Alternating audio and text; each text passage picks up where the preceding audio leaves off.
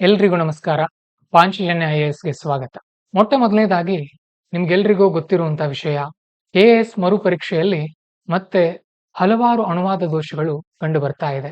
August 27ರಂದು ನಡೆದಿದ್ದಂತಹ ಪರೀಕ್ಷೆಯಲ್ಲಿ ಸುಮಾರು 58 ದೋಷಗಳು ಕಂಡು ಬಂದಿದ್ವು.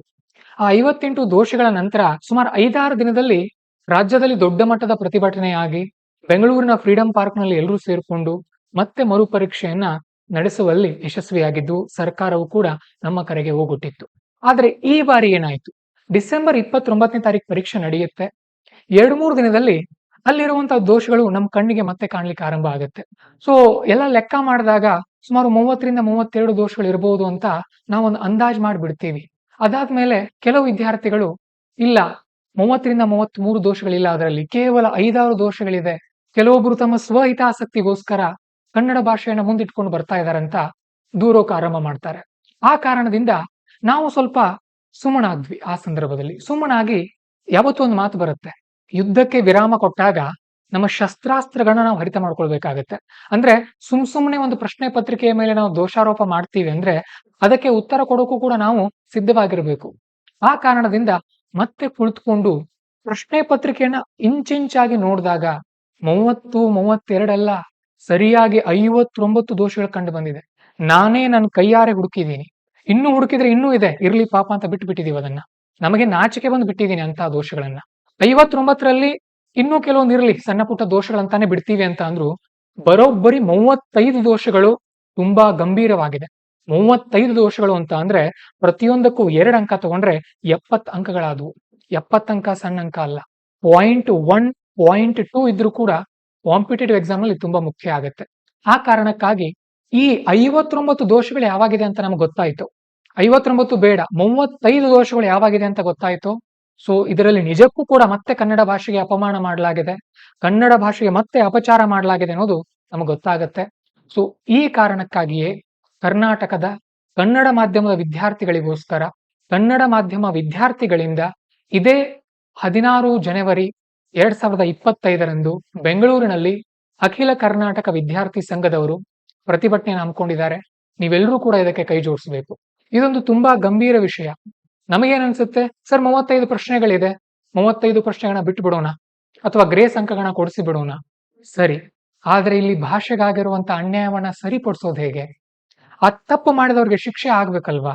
ಯಾಕೆಷ್ಟು ಗಂಭೀರತೆಯನ್ನ ಪಡಿತಾ ಇದೆ ಈ ಒಂದು ವಿಷಯ ಅಂತ ಅಂದ್ರೆ, ನೆನಪಿಟ್ಕೊಳ್ಳಿ, ಪೂರ್ಣಚಂದ್ರ ತೇಜಸ್ವಿ ಅವರೊಂದು ಮಾತು ಹೇಳ್ತಾರೆ, ಯಾವಾಗ ಒಂದು ಭಾಷೆಯಿಂದ ಉದ್ಯೋಗ ಸಿಗೋದಿಲ್ಲ ಅನ್ನೋದು ಗೊತ್ತಾಗುತ್ತೋ ಆ ಕ್ಷಣದಿಂದಾನೇ ಮನುಷ್ಯ ಆ ಭಾಷೆಯ ಕಡೆ ಒಲವು ತೋರಿಸೋದನ್ನ ಕಡಿಮೆ ಮಾಡ್ತಾನೆ.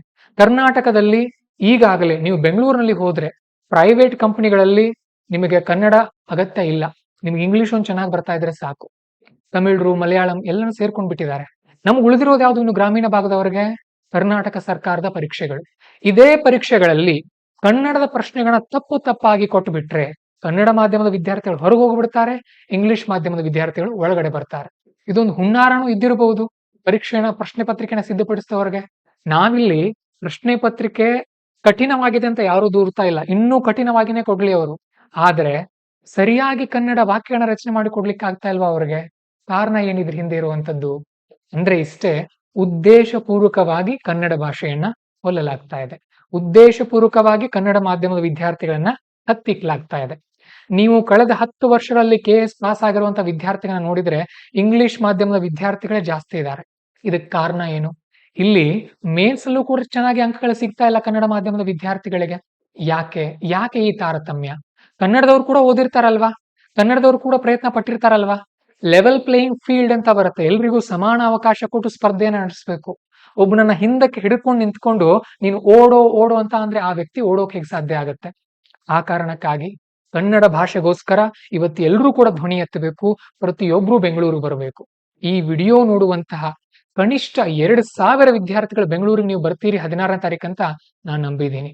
ಅದನ್ನ ಕಮೆಂಟ್ ಸೆಕ್ಷನ್ ಅಲ್ಲಿ ಕೂಡ ನೀವು ಬರೀರಿ, ನಾನು ಬರುತ್ತಿದ್ದೇನೆ ಅಂತ ಬರೀರಿ ಹೆಮ್ಮೆಯಿಂದ. ಕನ್ನಡ ನಮ್ಮ ಉಸಿರು. ಅದಕ್ಕೋಸ್ಕರ ಒಂದು ಸಣ್ಣ ಕಥೆಯನ್ನ ಕೂಡ ನಾನು ಹೇಳೋನಿದ್ದೀನಿ ಇವತ್ತು. ಯಾಕೆ ಸರ್, ಏನಿದೆ ಅಂತದ್ದು ಕನ್ನಡ ಭಾಷೆಯಲ್ಲಿ? ಯಾಕೆ ನಾವು ಈ ಭಾಷೆನ ಉಳಿಸ್ಬೇಕು, ಯಾಕೆ ಬೆಳೆಸ್ಬೇಕು? ಹಾಗಾದ್ರೆ ಏನಾಗಿತ್ತು ಈ ಭಾಷೆಗೆ ಹಿಂದೆ ಅಂತ ಅಂದ್ರೆ, ನೋಡಿ ವಿದ್ಯಾರ್ಥಿಗಳೇ ಮತ್ತು ಆತ್ಮೀಯರೇ, ನಮ್ಮ ಭಾರತ ದೇಶಕ್ಕೆ ಸ್ವಾತಂತ್ರ್ಯ ಸಿಕ್ಕ ನಂತರ ಹಲವಾರು ರಾಜ್ಯಗಳು ವಿಭಿನ್ನ ರೀತಿಯಲ್ಲಿ ಹಂಚಿ ಹೋಗಿದ್ವು. ನಮ್ಮ ಕರ್ನಾಟಕ ರಾಜ್ಯದ ಕೆಲವು ಭಾಗಗಳು ಹೈದರಾಬಾದ್ ಸಂಸ್ಥಾನಕ್ಕೆ ಹೋಗಿದ್ರೆ, ಇನ್ನು ಕೆಲವೊಂದು ಮುಂಬೈ ಸಂಸ್ಥಾನಕ್ಕೆ, ಇನ್ನು ಸ್ವಲ್ಪ ಮೈಸೂರು ರಾಜ್ಯಕ್ಕೆ, ಹೀಗೆಲ್ಲ ಹರಿದು ಹಂಚಿ ಹೋಗಿದ್ದಂತಹ ನಾಡನ್ನ ಸುಮಾರು 30 ವರ್ಷ ಕಷ್ಟಪಟ್ಟು ನಮ್ಮ ಹಿರಿಯರು ಸೇರಿಸ್ತಾರೆ. 1956ರಲ್ಲಿ ಕನ್ನಡ ರಾಜ್ಯ ಒಗ್ಗೂಡುತ್ತೆ. ಮೈಸೂರು ರಾಜ್ಯ ಅನ್ನೋ ಹೆಸರಿನಲ್ಲಿ ಉದಯ ಆಗುತ್ತೆ. ಅದಾದ್ಮೇಲೆ ಮುಂದೆ ಕೆಲವು ವರ್ಷಗಳ ನಂತರ ಇದು ಕರ್ನಾಟಕವಾಗಿ ರೂಪುಗೊಳ್ಳುತ್ತೆ. ನಾವೇನ್ ಅನ್ಕೊಳ್ತೀವಿ, ಬಹುಶಃ ಕನ್ನಡ ರಾಜ್ಯ ರಚನೆ ಆದ ತಕ್ಷಣ ನಮ್ಮ ಮಾತೃಭಾಷೆಯಿಂದಾನೆ, ಅಂದ್ರೆ ಕನ್ನಡದಲ್ಲಿನೇ ನಾವು ಪ್ರಾಥಮಿಕ ಶಾಲೆಗಳಲ್ಲಿ ಶಿಕ್ಷಣ ಕೊಡ್ತಾ ಇದ್ವಿ ಅನ್ಸುತ್ತೆ. ಇಲ್ಲ, ನೋಡಿ, ಇಂಗ್ಲಿಷ್ ಭಾಷೆ ಮತ್ತು ಹಿಂದಿ ಭಾಷೆಗೆನೆ ಆಗಲೂ ಕೂಡ ಪ್ರಾಶಸ್ತ್ಯವನ್ನು ಕೊಡ್ತಾ ಇರ್ತಾರೆ. ಅದರಲ್ಲೂ ಮುಖ್ಯವಾಗಿ 1967ರಲ್ಲಿ ಇದ್ದಂತಹ ಸರ್ಕಾರದವರು ಈ ಇಂಗ್ಲಿಷ್ ಮತ್ತು ಹಿಂದಿಯನ್ನ ಕಡ್ಡಾಯ ಮಾಡಿಬಿಡ್ತಾರೆ. ಅದಾದ ಮೇಲೆ ಮುಂದೆ ಆಯ್ಕೆಯಾಗಿ ಸಂಸ್ಕೃತ ಭಾಷೆಗೂ ಕೂಡ ಅವಕಾಶವನ್ನು ಮಾಡಿಕೊಡ್ಲಾಗತ್ತೆ. ಹಾಗಾಗಿ ಕರ್ನಾಟಕದಂತಹ ರಾಜ್ಯಗಳಲ್ಲಿ ವಿದ್ಯಾರ್ಥಿಗಳು ಇಂಗ್ಲಿಷ್ ಹಿಂದಿ ಅಂತೂ ಕಡ್ಡಾಯ, ಸಂಸ್ಕೃತವನ್ನ ಸೆಲೆಕ್ಟ್ ಮಾಡ್ಕೊಳ್ಳಿಕ್ಕೆ ಆರಂಭ ಮಾಡಿಬಿಡ್ತಾರೆ. ಆ ಕಡೆ ತಮಿಳ್ನಾಡಿನವರು ನಮಗೆ ಹಿಂದಿ ಬೇಡ, ಸಾರಾಸಗಟಾಗಿ ಹೇಳ್ಬಿಡ್ತಾರೆ ಅವರು, ನಮಗೆ ದ್ವಿಭಾಷಾ ನೀತಿ ಸಾಕು, ನಮಗೆ ತ್ರಿಭಾಷಾ ನೀತಿ ಬೇಡ. ತಮಿಳ್ ಇಂಗ್ಲಿಷ್ ಎರಡನ್ನೇ ಕಲಿತಾರೆ ಅವರು. ಆದ್ರೆ ಕನ್ನಡದವರಾದ ನಾವು ಇಂಗ್ಲಿಷ್ ಹಿಂದಿ ಜೊತೆಗೆ ಸಂಸ್ಕೃತವನ್ನ ಕಲೀಲಿಕ್ಕೆ ಆರಂಭ ಮಾಡ್ತೀವಿ. ಇನ್ನು ಕೆಲವೊಬ್ರು ಕನ್ನಡವನ್ನು ಕೂಡ ಆಯ್ಕೆಯನ್ನ ಮಾಡ್ಕೊಳ್ತಾರೆ. ಸೊ ಇಂತಹ ಸಂದಿಗ್ಧ ಪರಿಸ್ಥಿತಿಯಲ್ಲಿ ಹಂತ ಹಂತವಾಗಿ ಕನ್ನಡ ಭಾಷೆ ಕುಶಿಯಲಿಕ್ಕೆ ಆರಂಭ ಆಗುತ್ತೆ. ಸೊ ಇದಕ್ಕೊಂದು ಪರಿಹಾರ ಬೇಕಲ್ವಾ?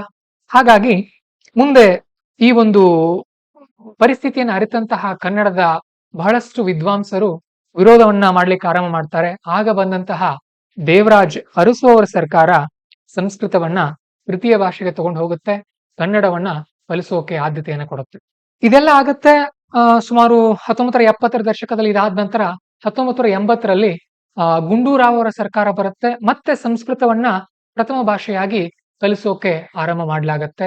ಇದಕ್ಕೆ ಬಹಳಷ್ಟು ಟೀಕೆಗಳು ವ್ಯಕ್ತವಾಗ್ಲಿಕ್ಕೆ ಆರಂಭ ಆಗುತ್ತೆ ರಾಜ್ಯದಲ್ಲಿ. ಕನ್ನಡ ಭಾಷೆಯನ್ನ ಹತ್ತಿಕ್ಕಲಾಗ್ತಾ ಇದೆ, ಕನ್ನಡ ಭಾಷೆಯನ್ನ ಅಳಿವಿನಂಚಿಗೆ ತೆಗೆದುಕೊಂಡು ಹೋಗ್ಲಾಗ್ತಾ ಇದೆ ಅಂತಹ ದೂರು ಬಂದಾಗ ಗುಂಡೂರಾವ್ ಅವರು ವಿಕ್ರು ಗೋಕಾಕ್ ಅವರ ನೇತೃತ್ವದಲ್ಲಿ ಒಂದು ಸಮಿತಿಯನ್ನ ರಚನೆ ಮಾಡ್ತಾರೆ.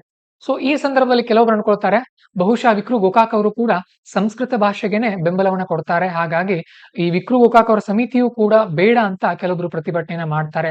ಆದ್ರೆ ವಿಚಿತ್ರ ಏನಂತ ಅಂದ್ರೆ, ವಿಕ್ರು ಗೋಕಾಕ್ ಅವರ ವರದಿ ಬಂದ ತಕ್ಷಣ ಅಲ್ಲಿ ಏನ್ ಹೇಳಲಾಗಿರುತ್ತೆ ಅಂತ ಅಂದ್ರೆ, ಕಡ್ಡಾಯವಾಗಿ ಕನ್ನಡ ಭಾಷೆಯನ್ನ ಪ್ರಾಥಮಿಕ ಶಾಲೆಗಳಲ್ಲಿ ಕಲಿಸಬೇಕು.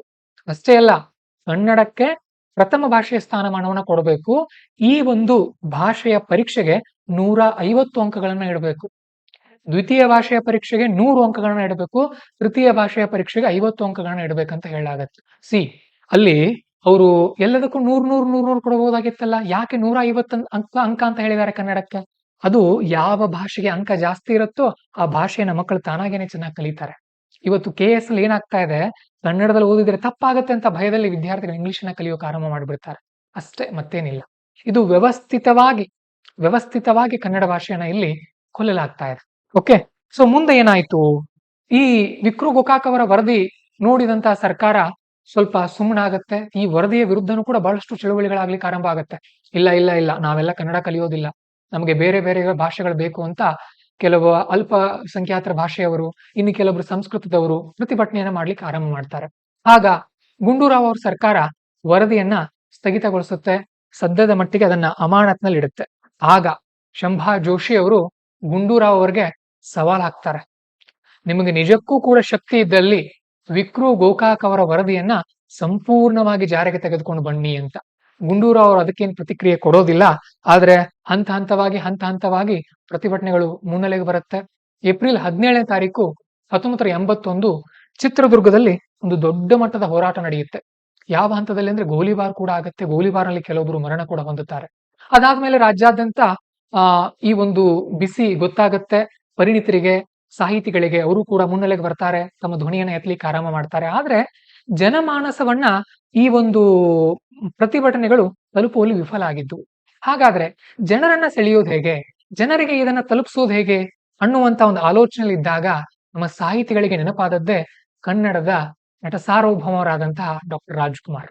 ಡಾಕ್ಟರ್ ರಾಜ್ಕುಮಾರ್ ಅವ್ರ ಬಳಿ ಹೋಗಿ ಹೇಳಿದಾಗ ಡಾಕ್ಟರ್ ರಾಜ್ಕುಮಾರ್ ಅವರು ಹಿಂದೆ ಮುಂದೆನೆ ನೋಡೋದಿಲ್ಲ, ಒಪ್ಕೊಂಡ್ ಬಿಡ್ತಾರೆ ಅವ್ರು ನೇರವಾಗಿ. ಅವ್ರು ಹೇಳಿರೋದು ಕೂಡ ನಾನು ಇಲ್ಲಿ ನೋಡ್ಕೊಂಡಿದ್ದೀನಿ. ಆಗ ಆ ಸಂದರ್ಭದಲ್ಲಿ ಅವರು ಒಂದು ಇಂಟರ್ವ್ಯೂನಲ್ಲಿ ಹೇಳ್ತಾರೆ ಡಾಕ್ಟರ್ ರಾಜ್ಕುಮಾರ್ ಅವರು, ಏನಂತ ಅಂದ್ರೆ, ಕನ್ನಡ ಭಾಷೆಗೆ ಪ್ರೋತ್ಸಾಹ ಸಾಲದು, ಬರೀ ಪ್ರೋತ್ಸಾಹ ಕೊಟ್ರೆ ಆಗೋದಿಲ್ಲ, ಅಂತ ನಾನು ಸಾಕಷ್ಟು ಕಾರ್ಯಕ್ರಮಗಳಲ್ಲಿ ಹೇಳ್ತಾ ಇದ್ದೆ. ಡಾಕ್ಟರ್ ರಾಜ್ಕುಮಾರ್ ಅವ್ರು ಹೇಳ್ತಾ ಇದ್ರಂತೆ ಭಾಷಣಗಳಲ್ಲಿ, ಬರೀ ಪ್ರೋತ್ಸಾಹ ಕೊಟ್ರೆ ಆಗೋದಿಲ್ಲ. ಓಕೆ, ನನ್ನ ಕೂಗು ಕನ್ನಡ ತಾಯಿಗೆ ಮುಟ್ಟಿತ್ತು ಅನಿಸುತ್ತೆ, ಅದಕ್ಕೆ ಸರಿಯಾಗಿ ಗೋಕಾಕ್ ವರದಿ ಜಾರಿಗೆ ಬರಬೇಕು ಅನ್ನೋ ಸಂದರ್ಭ ಬಂದು ನಮ್ಮ ಜನರೆಲ್ಲಾ ಸೇರಿ ನಮಗೆ ಕರೆ ಕೊಟ್ರು. ಈ ಕನ್ನಡ ಭಾಷೆಯಿಂದ ನೀವು ಬದುಕುತ್ತಿರೋದು, ಕನ್ನಡ ಭಾಷೆಯಿಂದ ನೀವು ಬದುಕುತ್ತಿರೋದು, ಬೆಳಗುತ್ತಿರೋದು, ಕೀರ್ತಿ ಸಂಪಾದನೆ ಮಾಡಿರೋದು. ಓಕೆ, ಜನ ಹೇಳ್ತಾರಂತೆ ಡಾಕ್ಟರ್ ರಾಜ್ಕುಮಾರ್ ಅವ್ರ ಬಳಿ ಹೋಗಿ, ಹೀಗಾಗಿ ಕನ್ನಡ ಭಾಷೆಗೆ ನೀವು ಸೇವೆ ಮಾಡಲೇಬೇಕು ಅಂತ ಕರೆ ಜನರಿಂದ ಬಂದಾಗ ನಾವು ಅದನ್ನೇ ಬಯಸುತ್ತಿದ್ವಿ. ಅದಕ್ಕೆ ಸರಿಯಾಗಿ ಧಾರವಾಡದ ಕ್ರಿಯಾ ಸಮಿತಿಯವರು ಕರೆ ಕೊಟ್ರು, ಬನ್ನಿ ನಮ್ ಜೊತೆ ಸೇರ್ಕೊಳ್ಳಿ ಅಂದ್ರು. ನಾವು ಕಷ್ಟಪಡೋಣ, ಬೇಕಾದದ್ದಾಗಲಿ ನಾವು ದುಡಿಯೋಣ ಅಂತ ಆಶ್ವಾಸನೆ ಕೊಟ್ಟ ಬಳಿಕ ನಾವು ನಮ್ಮ ಕಲಾವಿದರ ಜೊತೆ ಗೋಕಾಕ್ ಚಳುವಳಿಗೆ ಸೇರ್ಕೊಂಡ್ವಿ, ರಾಜ್ಯಾದ್ಯಂತ ಸಂಚರಿಸಿದ್ವಿ ಅಂತ. ಏನಾಗ್ತಾ ಇತ್ತು ಸರ್ ಡಾಕ್ಟರ್ ರಾಜ್ಕುಮಾರ್ ಅವರು ಈ ಚಳವಳಿಗೆ ಬರದೇ ಇದ್ದಿದ್ರೆ? ನೋಡಿ, ಅವರೊಬ್ಬ ನಟ ಅಂತ ಹೇಳ್ಕೊಂಡು ನಾನು ಈ ಪ್ರತಿಭಟನೆಗೆ ಬರಲ್ಲ ಅಂತ ಹೇಳ್ಬಿಡ್ಬೋದಾಗಿತ್ತು. ಆದ್ರೆ ಅಕಸ್ಮಾತ್ ಅವ್ರೇನಾದ್ರೂ ಬರದೇ ಹೋಗಿದ್ರೆ ಇವತ್ತು ಬಹಳಷ್ಟು ಜನ, ನಮ್ಗೆ ಯಾರಿಗೂ ಕೂಡ ಇಷ್ಟು ಸ್ಪಷ್ಟವಾಗಿ ಶುದ್ಧವಾಗಿ ಕನ್ನಡ ಬರ್ತಾ ಇರಲಿಲ್ಲ. ಪರೀಕ್ಷೆಗಳಿಗೂ ಕೂಡ ಕನ್ನಡ ಅಗತ್ಯ ಆಗಿರ್ತಾ ಇರಲಿಲ್ಲ. ನೆನ್ಪಿಟ್ಕೊಳ್ಳಿ, ಯಾವಾಗ ಒಂದು ಭಾಷೆಗೆ ಪರೀಕ್ಷೆನೇ ಇರೋದಿಲ್ವೋ, ಕಡ್ಡಾಯವಾಗಿ ಇರೋದೇ ಇಲ್ವೋ ಆ ಭಾಷೆ ತಾನಾಗಿನೇ ನಶಿಸಿ ಹೋಗ್ಬಿಡುತ್ತೆ.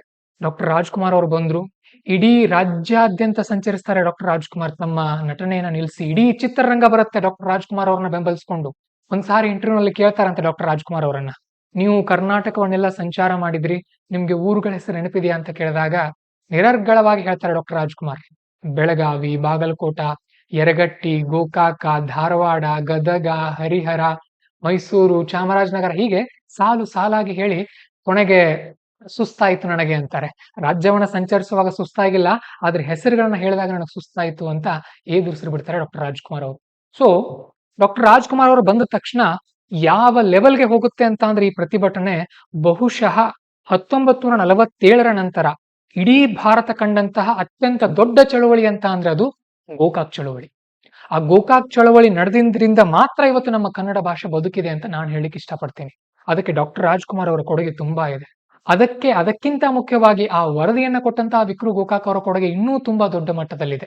ಆ ಪ್ರತಿಭಟನೆಯನ್ನ ನೋಡಿ, ಆ ಜನಮಾನಸವನ್ನ ನೋಡಿ, ಜನರ ಒಗ್ಗಟ್ಟನ್ನ ನೋಡಿ, ಜನರ ಒಕ್ಕೋರಿನ ಕೂಗನ್ನ ನೋಡಿ ಗುಂಡೂರಾವ್ ಅವರ ಸರ್ಕಾರ ಒಪ್ಕೊಳ್ಳುತ್ತೆ. ಒಪ್ಕೊಂಡು ಸರಿ, ನಾವು ಕನ್ನಡ ಭಾಷೆಯನ್ನ ಕಡ್ಡಾಯ ಮಾಡ್ತೀವಿ, ಪ್ರಾಥಮಿಕ ಶಾಲೆಗಳಲ್ಲಿ ಕನ್ನಡ ಭಾಷೆಗೆ ಮೊದಲ ಸ್ಥಾನವನ್ನ ಕೊಡ್ತೀವಿ ಅಂತ ಹೇಳುತ್ತೆ. ಸೊ ಅಲ್ಲಿಗೆ ಈ ಒಂದು ಚಳುವಳಿ ಅಂತ್ಯ ಕಾಣುತ್ತೆ. ಇವತ್ತು ಏನಾಗ್ತಾ ಇದೆ ಅಂತ ಅಂದ್ರೆ, ಈ ರೀತಿ ಸ್ಪರ್ಧಾತ್ಮಕ ಪರೀಕ್ಷೆಗಳಲ್ಲಿ ಕನ್ನಡ ಭಾಷೆಯಿಂದ ಕಲಿತು ಬಂದಿರುವಂತಹ ವಿದ್ಯಾರ್ಥಿಗಳಿಗೆ ತಪ್ಪಾಗಿರುವಂತಹ ಪ್ರಶ್ನೆ ಪತ್ರಿಕೆಯನ್ನು ಕೊಟ್ಟು ಬಿಟ್ರೆ ಅವ್ರು ಪಾಸ್ ಆಗೋಕ್ ಆಗೋದಿಲ್ಲ. ಅಲ್ಲೇ ಅವ್ರನ್ನ ಹಿಂದೆ ಎಳೆದು ಬಿಡುವಂತಹ ಪ್ರಯತ್ನ ನಡೀತಾ ಇದೆ. ನೋಡಿ, ಕನ್ನಡದಲ್ಲಿ ಏನಾದ್ರೂ ಕೊರತೆ ಇದೆ, ಕನ್ನಡದಲ್ಲಿ ಪಂಡಿತರಿಲ್ಲ ಅಂದಾಗ ನಾವು ಒಪ್ಕೊಳ್ಬಹುದು, ಸರಿ ನಮ್ಮ ಭಾಷೆಯಲ್ಲಿ ಏನೋ ಲೋಪದೋಷಗಳಿದೆ ಅಂತ. 2000 ವರ್ಷಗಳ ಇತಿಹಾಸ ಇರುವಂತಹ ಭಾಷೆಗೆ, ಎಂತೆಂತಹ ಮಹಾನ್ ಸಾಧಕರಾಗಿ ಹೋಗಿರುವಂತಹ ಭಾಷೆಗೆ ಇಷ್ಟು ಅಪಮಾನ ಮಾಡಿದಾಗ ಸುಮ್ಮನೆ ಇರ್ಬೇಕಾ ನಾವು? ನೀವೇ ಆಲೋಚನೆ ಮಾಡಿ. ಸರಿ, ನೀವೇನೋ ಒಂದು ಸಂಸ್ಥೆಯವರು ಈ ಮಾತನ್ನ ಹೇಳ್ತಾ ಇದ್ದೀರಿ, ಯಾರು ಕನ್ನಡ ಸಾಹಿತಿಗಳು ಇದ್ರ ಬಗ್ಗೆ ಧ್ವನಿ ಎತ್ತಿದ್ದಾರೆ ಅಂತ ಕೇಳಿದ್ರೆ, ಕನ್ನಡ ಅಭಿವೃದ್ಧಿ ಪ್ರಾಧಿಕಾರದ ಅಧ್ಯಕ್ಷರಾದಂತಹ ಶ್ರೀ ಪುರುಷೋತ್ತಮ ಬಿಳಿಮಲೆ ಸರ್ ಅವರು ಕೂಡ ಇದ್ರ ಬಗ್ಗೆ ಧ್ವನಿ ಎತ್ತಿದ್ದಾರೆ. ಅವರು ಕೂಡ KPSCಗೆ ಪತ್ರವನ್ನ ಬರೆದಿದ್ದಾರೆ. ಹಾಗೇನೆ 87ನೇ ಕನ್ನಡ ಸಾಹಿತ್ಯದ ಅಧ್ಯಕ್ಷರಾಗಿದ್ದಂತಹ ಗುರು ಚನ್ನಬಸಪ್ಪನವರು ಕೂಡ ಧ್ವನಿ ಎತ್ತಿದ್ದಾರೆ. ಹಾಗೇನೆ ನಮ್ಮ ಕನ್ನಡ ಸಾಹಿತ್ಯ ಪರಿಷತ್ತಿನ ಅಧ್ಯಕ್ಷರಾದಂತಹ ನಾಡೋಜ ಡಾಕ್ಟರ್ ಮಹೇಶ್ ಜೋಶಿ ಅವರು ಕೂಡ ಇದರ ಬಗ್ಗೆ ಧ್ವನಿ ಎತ್ತಿದ್ದಾರೆ. ಇನ್ನು ನಮ್ಮ ಅಂದಾಜುಗಳೇ ತಪ್ಪಾಗಿದ್ದಲ್ಲಿ, ನಾವು ಎಣಿಸಿರುವಂತಹ ದೋಷಗಳೇ ತಪ್ಪಾಗಿದ್ದಲ್ಲಿ, ಬೆಂಗಳೂರಿನ ಕನ್ನಡ ಅಧ್ಯಯನ ವಿಶ್ವವಿದ್ಯಾಲಯದವರೇ ಸುಮಾರು 50% ದೋಷಗಳಿವೆ ಅಂತ ಕನ್ನಡಪ್ರಭ ಪತ್ರಿಕೆಯಲ್ಲಿ ಹೇಳಿರೋದು ವರದಿಯಾಗಿದೆ. ಇಷ್ಟೆಲ್ಲವನ್ನೂ ನೋಡ್ಕೊಂಡು ನಾವು ಸುಮ್ಮನೆ ಇರ್ಬೇಕಾ? ಕನ್ನಡ ಭಾಷೆಗೆ ಹೇಳೋರು ಕೇಳೋರು ಯಾರೂ ಇಲ್ವಾ? ನೋಡಿ, ಒಂದು ಮಾತು ಹೇಳ್ತೀನಿ ನಿಮಗೆ, ನೀವಿವತ್ತು ಟ್ವಿಟ್ಟರ್ ನಲ್ಲಿ ಹೋಗಿ ನಮ್ಮ ಸನ್ಮಾನ್ಯ ಮುಖ್ಯಮಂತ್ರಿಗಳಾದಂತಹ ಸಿದ್ದರಾಮಯ್ಯನವರ ಅಕೌಂಟ್ ಅನ್ನ ನೋಡಿದ್ರೆ ಮೊಟ್ಟ ಮೊದಲ ಪದ ನಿಮ್ಗೆ ಕಾಣೋದು ಸಿದ್ದರಾಮಯ್ಯ ಕೆಳಗಡೆ ಕನ್ನಡಿಗ ಅನ್ನುವಂತ ಪದ ಇದೆ. ಅವರಿಗೆ ತಪ್ಪು ಮಾಹಿತಿಯನ್ನು ಕೊಡ್ಲಾಗ್ತಾ ಇದೆ. ಸಿದ್ದರಾಮಯ್ಯನವರಿಗೆ ಈ ಸುದ್ದಿ ತಲುಪಿದ್ರೆ ನಿಜಕ್ಕೂ ಕೂಡ ಕನ್ನಡ ವಿದ್ಯಾರ್ಥಿಗಳಿಗೆ ಮತ್ತೆ ನ್ಯಾಯ ಸಿಗುತ್ತೆ. ಸುದ್ದಿ ತಲುಪಿಸೋದು ಹೇಗೆ? ನಾವೆಲ್ಲರೂ ಒಗ್ಗಟ್ಟಿನಿಂದ ನಮ್ಮ ಧ್ವನಿಯನ್ನ ಎತ್ತಿ ಹೇಳೋದು. ಸಂವಿಧಾನದಲ್ಲಿ ನಮಗೊಂದು ಅಧಿಕಾರ ಇದೆ, ನಮಗೊಂದು ಹಕ್ಕಿದೆ, ವಾಕ್ ಸ್ವಾತಂತ್ರ್ಯವಿದೆ. ಶಾಂತಿಯುತವಾಗಿ, ಸಂವಿಧಾನಿಕವಾಗಿ ನಾವು ಪ್ರತಿಭಟನೆಯನ್ನ ಮಾಡಿದಾಗ ಸರ್ಕಾರಕ್ಕೆ ಇದರ ಗಂಭೀರತೆಯ ಅರಿವಾಗುತ್ತೆ. ಅವಾಗ ನಮಗೆಲ್ರಿಗೂ ನ್ಯಾಯ ಸಿಗುತ್ತೆ. ಕರ್ನಾಟಕದಲ್ಲಿ ಬಹಳಷ್ಟು ಜನ, ಎಷ್ಟೋ ಜನ ಆಫೀಸರ್ಗಳು ಕೂಡ KS ಪರೀಕ್ಷೆನ ಬರೀತಾರೆ. ಯಾಕಂತ ಅಂದ್ರೆ ಅದು ಉನ್ನತವಾದಂತಹ ಹುದ್ದೆಗೆ ಹೋಗುತ್ತಿರುವಂತಹ ಏಕೈಕ ಅವಕಾಶ ಒಬ್ಬ ಕನ್ನಡಿಗನಿಗೆ. ಇನ್ನು ಕೆಲವೊಬ್ರು ಹೇಳ್ತಿರ್ತಾರೆ, ಒಬ್ಬ ಆಫೀಸರ್ ಆಗೋನ್ಗೆ ಇಷ್ಟು ಇಂಗ್ಲಿಷ್ ಬರ್ದೇ ಇದ್ರೆ ಹೇಗೆ? ಅವನು ಕನ್ನಡ ನೋಡ್ ತಪ್ಪಾದಾಗ ಆತ ಇಂಗ್ಲಿಷ್ ನೋಡ್ಬೇಕಲ್ವಾ? ಒಂದು ಮಾತ ನಾನಿಲ್ಲಿ ಹೇಳಿಕ್ಕೆ ಇಷ್ಟಪಡ್ತೀನಿ ಅಂತ ಅಂದ್ರೆ, ಒಂದು ಕಂಪಲ್ಸರಿ ಇಂಗ್ಲಿಷ್ ಅನ್ನುವಂತ ಒಂದು ಪತ್ರಿಕೆ ಇರುತ್ತೆ KS ಎಕ್ಸಾಮ್ ನಲ್ಲಿ, ಮೇನ್ಸ್ ನಲ್ಲಿ. ಅದು ಜನರಲ್ ಇಂಗ್ಲಿಷ್. ಅಲ್ಲಿ ಟೆಕ್ನಿಕಲ್ ವರ್ಡ್ಗಳು ಇರೋದಿಲ್ಲ. ಆದ್ರೆ ಈ ಪ್ರಿಲಿಮ್ಸ್ ಪತ್ರಿಕೆಗಳಿರುತ್ತಲ್ಲ, ಪತ್ರಿಕೆ 1 ಮತ್ತು 2 ಇವೆಲ್ಲ ಟೆಕ್ನಿಕಲ್ ಪೇಪರ್ಗಳು. ಪಾಲಿಟಿ ಶಬ್ದಕೋಶ ಗೊತ್ತಿರ್ಬೇಕಾಗತ್ತೆ, ಎಕನಾಮಿ ಶಬ್ದಕೋಶ ಗೊತ್ತಿರ್ಬೇಕಾಗತ್ತೆ, ಜಿಯೋಗ್ರಫಿ ಶಬ್ದಕೋಶ ಗೊತ್ತಿರ್ಬೇಕಾಗತ್ತೆ, ಜಿಯೋ ಸ್ಟೇಷನರಿ ಆರ್ಬಿಟ್ ಕನ್ನಡ ವಿದ್ಯಾರ್ಥಿಗಳಿಗೆ ಗೊತ್ತಿಲ್ಲ, ನಮ್ಗೆ ಗೊತ್ತಿಲ್ಲ ಅದು. ಇಕ್ವೇಟರ್ ನಮ್ಗೆ ಗೊತ್ತಿಲ್ಲ, ನಮಗ್ ಗೊತ್ತಿರೋದು ಭೂಮಧ್ಯ ರೇಖೆ. ಇಕ್ವೇಟರ್ ಯಾಕೆ ಗೊತ್ತಿರ್ಬೇಕು ನಮಗೆ? ನಾವು ಕಲಿಯೋದೇ ಅದನ್ನ ಭೂಮಧ್ಯ ರೇಖೆ ಅಂತ. ಸರ್ ಹಾಗಾದ್ರೆ ಇಕ್ವೇಟರ್ ನಿಮಗೆ ಜನರಲ್ ಇಂಗ್ಲಿಷ್ ನಲ್ಲಿ ಕೇಳಲ್ವಾ? ಕೇಳಲ್ಲ. ಅದು ಬರ್ದೇ ಇದ್ರು ಕೂಡ ಅಲ್ಲಿ ಪಾಸ್ ಆಗಬಹುದು. ಯಾಕಂದ್ರೆ 150 ಅಂಕಗಳ ಜನರಲ್ ಇಂಗ್ಲಿಷ್ ಪತ್ರಿಕೆಯಲ್ಲಿ ಎಲ್ಲವೂ ಕೂಡ ಬರಿಬೇಕಂತ ಏನಿಲ್ಲ. ಅಲ್ಲಿ ಪಾಸಿಂಗ್ ಮಾರ್ಕ್ಸ್ ಕಡಿಮೆ ಇದೆ. ಹಾಗಾದ್ರೆ ಆಫೀಸರ್ ಆಗಿ ಏನು ಉಪಯೋಗ ನಿಮ್ಮಿಂದ? ರಾಜ್ಯಕ್ಕೆ ಹೇಗೆ ನೀವು ಸೇವ್ ಮಾಡ್ತೀರಿ ಅಂತ ಅಂದ್ರೆ, ಆಫೀಸರ್ ಆದ್ಮೇಲೆ ಇದೇ ವಿದ್ಯಾರ್ಥಿಗಳಿಗೆ ಚೆನ್ನಾಗಿ ತರಬೇತಿಯನ್ನ ಕೊಡ್ಲಾಗುತ್ತೆ. ಸುಮಾರು 1 ವರ್ಷಗಳ ಕಾಲ ತರಬೇತಿಯನ್ನ ಕೊಡ್ತಾರೆ. ಎಷ್ಟೋ ಜನ ಇಂಗ್ಲಿಷ್ ಬರದೇ ಇರೋರು ಕೂಡ IAS ಆಗ್ತಾರೆ. ಯಾಕೆ? ತರಬೇತಿಯಲ್ಲಿ ಅವರು ಇಂಗ್ಲಿಷ್ ಕಲಿತಾರೆ. ಇದು ಒಂದು. ಇನ್ನೊಂದು, ಕನ್ನಡ ಮಾಧ್ಯಮದ ವಿದ್ಯಾರ್ಥಿಗಳು ಕನ್ನಡ ಪ್ರಶ್ನೆಗಳನ್ನು ನೋಡ್ಕೊಳ್ಬೇಕು, ಅಲ್ಲಿ ತಪ್ಪಾಗಿದ್ರೆ ಇಂಗ್ಲಿಷ್ ನೋಡ್ಕೊಳ್ಬೇಕು. ಇದು ಯಾವ ನ್ಯಾಯ? ಹೇಗೆ ನ್ಯಾಯ ಅಂತ ಹೇಳ್ತೀರಿ ನೀವು ಇದನ್ನ? ಸಮಯ ವ್ಯರ್ಥ ಆಗೋದಿಲ್ವಾ? ಒಂದು 2 ಓಕೆ, 10 ಇರ್ಲಿ ಪರವಾಗಿಲ್ಲ, ಹೋಗುಲಿ ಬಿಡು ಅಂತ ಅನ್ಬಹುದು. 59 ಪ್ರಶ್ನೆಗಳಿಗೆ ಈ ರೀತಿ ದೋಷ ಆದಾಗ, 59 ಬೇಡ 35 ಪ್ರಶ್ನೆಗಳಿಗೆ ಇದೇ ದೋಷ ಆದಾಗ ಸಮಯವನ್ನ ಯಾರು ಕೊಡ್ತಾರೆ ಇಲ್ಲಿ? ಹಾಗಾಗಿ ನಾನು ಮೊದಲ ವಿಡಿಯೋದಲ್ಲಿ ಹೇಳಿದ್ದೆ, ಈ ಒಂದು ಸುದ್ದಿ ಬಿಳಿಮಲೆ ಸರ್ ಅವರು ತಲುಪಬೇಕು ಅಂತ ಹೇಳಿದ್ದೆ, ತಲುಪಿದೆ. ಅದಕ್ಕಿಂತ ಹೆಚ್ಚಿನ ಜನರಿಗೆ ತಲುಪ್ತಾ ಇದೆ. ಈಗ ಎಲ್ಲಾ ಸ್ಪರ್ಧಾತ್ಮಕ ಪರೀಕ್ಷಾ ತರಬೇತಿ ಕೇಂದ್ರಗಳು ಕೂಡ ಇದಕ್ಕೆ ಧ್ವನಿ ಎತ್ತಬೇಕು. ಇದು ನಮ್ಮ ಜವಾಬ್ದಾರಿ. ಹೌದು, ಕನ್ನಡ ಭಾಷೆಯನ್ನು ನಾವು ಉಳಿಸ್ಕೊಳ್ಬೇಕಾಗಿದೆ. ಯಾಕಂದ್ರೆ ಕನ್ನಡ ಅನ್ನೋದು ಬರೀ ಭಾಷೆಯಲ್ಲ, ಅದು ನಮ್ಮ ಭಾವನೆ, ಅದು ನಮ್ಮ ಬದುಕು, ಅದು ನಮ್ಮ ಭರವಸೆ. ವಿದ್ಯಾರ್ಥಿಗಳೇ, ನಿಮ್ಮಿಂದ ನಾನು ನಿರೀಕ್ಷಿಸ್ತಾ ಇದ್ದೀನಿ, ನಮ್ಮ ಮುಂದಿನ ಪೀಳಿಗೆಗೆ ನಮ್ಮ ಕನ್ನಡ ಭಾಷೆ ಅನ್ನೋದು ಇತ್ತು ಅಂತ ನಾವು ಹೇಳಬೇಕು ಅಂತ ಅಂದ್ರೆ, ಇದಕ್ಕೆ ನೀವೆಲ್ಲರೂ ಕೂಡ ಧ್ವನಿ ಎತ್ತಲೇಬೇಕು. ಮೊದಲು ಎಲ್ಲರೂ ಕೂಡ ಟ್ವಿಟ್ಟರ್ ಅಕೌಂಟ್ಗಳನ್ನ ಮಾಡ್ಕೊಳ್ಳಿ. ಇಂತಹ ಅನ್ಯಾಯಗಳಾದಾಗ ಧ್ವನಿ ಎತ್ತೋಕೆ ನಮಗೆ ಟ್ವಿಟ್ಟರ್ ಅಕೌಂಟ್ಗಳು ಬೇಕು.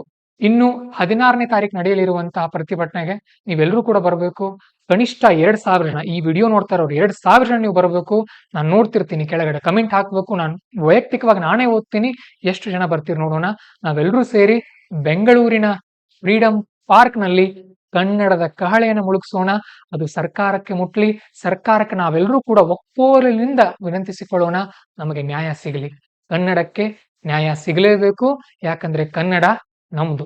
ನಮ್ಮ ಭಾಷೆಯನ್ನು ಉಳಿಸ್ಕೊಳ್ಳೋದು, ನಮ್ಮ ಭಾಷೆಯನ್ನು ಬೆಳೆಸೋದು ನಮ್ಮ ಜವಾಬ್ದಾರಿ. ಈ ವಿಡಿಯೋನ ನಿಮ್ಮ ಆಪ್ತರಿಗೂ ಕೂಡ ಶೇರ್ ಮಾಡಿ. ನಮಸ್ಕಾರ.